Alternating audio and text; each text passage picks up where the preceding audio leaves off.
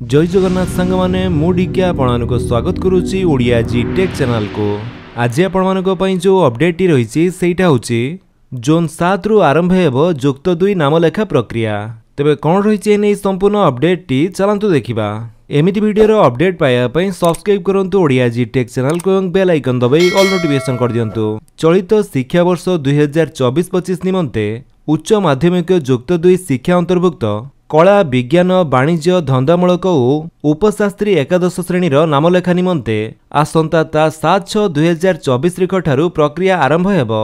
दशम श्रेणी उत्तीर्ण होइथिबा इच्छुक छात्र छात्री माने स्टाम्स पोर्टाल रे ऑनलाइन रे आवेदन करि परिबे। एने उच्च माध्यमिक शिक्षा परिषद विभाग पक्षरु विज्ञप्ति प्रकाश पाइछि। सीएचएससी अधीन विद्यालयर कला विज्ञान वाणिज्य उपशास्त्री और धंदामूलक पाठ्यक्रम रे हेबो नामलेखा। स्टाम्स पोर्टाल www.stamsodisha.gov.in रे कॉमन एप्लिकेशन फॉर्म उपलब्ध हेबो। ई एडमिशन माध्यम रे एडमिशन करा जाउथिबा अद्यावधि उपलब्ध थिबा 2221 उच्च माध्यमिक विद्यालय गुडी करे वर्तमान सुधा यथाक्रमे कला रे 2,94,840, विज्ञान रे 1,66,929, वाणिज्य रे 40,104, संस्कृत रे 13,088 एवं धंदामूलक शिक्षा रे 10,504 जन छात्र छात्री सीट उपलब्ध रही।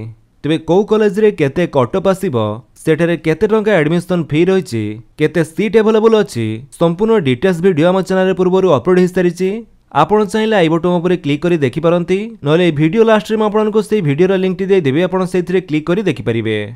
तेबे 2024-25 शिक्षा वर्ष पई ई एडमिशन पई धार्य तारीख सूचीर सविशेष तथ्य केतेक अग्रणी ओडिया एवं इंग्राजी दैनिक संवादपत्र रे सूचित करा जिवो। परे ता स्टाम्स पोर्टल रे मध्य उपलब्ध हेबो। सेहीपरि जोन 3 रु जुक्त 3 नामलेखा पई आवेदन प्रक्रिया आरंभ हेबो। उच्च शिक्षा विभाग अधीन रे थिबा 1037 महाविद्यालय रे 2024-25 शिक्षा वर्ष पई स्नातक बा जुक्त 3 नामलेखा पई बुधवार विज्ञप्ति प्रकाश पाइछि। जोन 17 आवेदनर शेष अवधि रही 18 और 19 दुई दिन धरी आवेदनकारी आवेदन पत्र रे त्रुटि थिले ऑनलाइन रे संशोधन करि परिबे।